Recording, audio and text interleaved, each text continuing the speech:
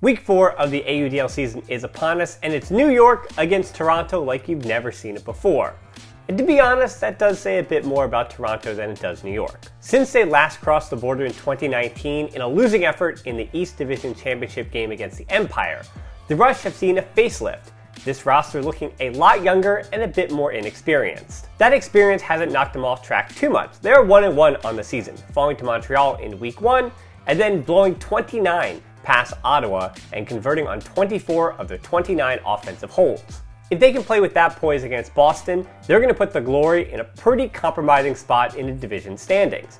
And if they can do that against New York, well, this rivalry will look a bit like its old self. And while most of the Rush roster will be new to the Empire players, John Lithgow is one of the new faces who'll be new to Toronto. But I can almost guarantee that the man known as Lithgow is one of the players that head coach of Toronto, Adrian Yearwood, is going to want to prepare for. Not that that might matter too much. He's the current league leader in goals with 15, 2 ahead of the next closest players. So obviously, that's where our over-under lies, with goals.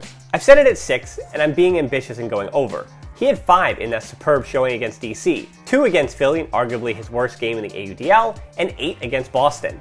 Last year his game high was 6, and that was twice, and he's never had a game where he's been kept out of the red zone.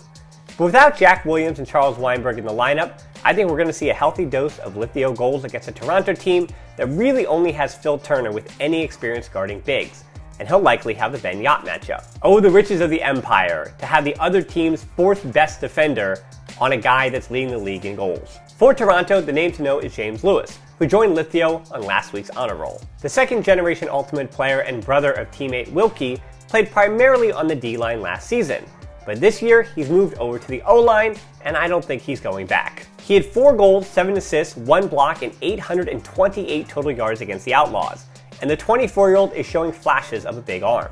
So far, he's a perfect 3 for 3 on his hucks this year, and I'm pulling out my first 0.5 for this one.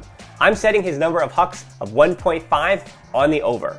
There are so many humongous defenders on the Empire. But again, without Williams and Weinberg this week, we could see either Antoine Davis or Jeff Babbitt or both play a considerable amount of O points this week. And it's in those moments when Babbitt and Davis aren't on the line that James Lewis is going to have to let it fly. And speaking of that Empire O, I'm going to get myself a little bit in trouble here, and I'm actually going to go with the under on an offensive hold percentage of 65%. New York converted 80% of their offensive hold against DC.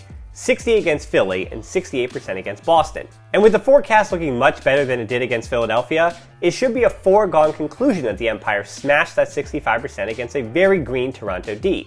But I think, I'm going to bring it up again, the lack of Jack Williams will have an effect. The O-line hasn't been with Adams since a tough loss to DC on the road last season, and a home game against Ottawa back in 2019. And there may be moments when they do miss their safety blanket. There's also a good chance that the Empire D has themselves a day. And if you don't think that the Dross brothers aren't looking to bury Toronto to avenge the many years of losing that New York did, well then you haven't met the Dross brothers. And all those D points are going to mean that the offense is going to have less opportunities to convert on those offensive holds, which will lead to a slightly lower percentage. So now that I've exhausted you with percentages and numbers, let's review. It's John Lithgow over 6 goals, James Lewis over 1.5 hucks, and the Empire O-line under 65% offensive holds. If you've got an opinion, as most AUDL fans do, hit us up on Twitter or Instagram, let us know your picks, but most importantly, enjoy the game.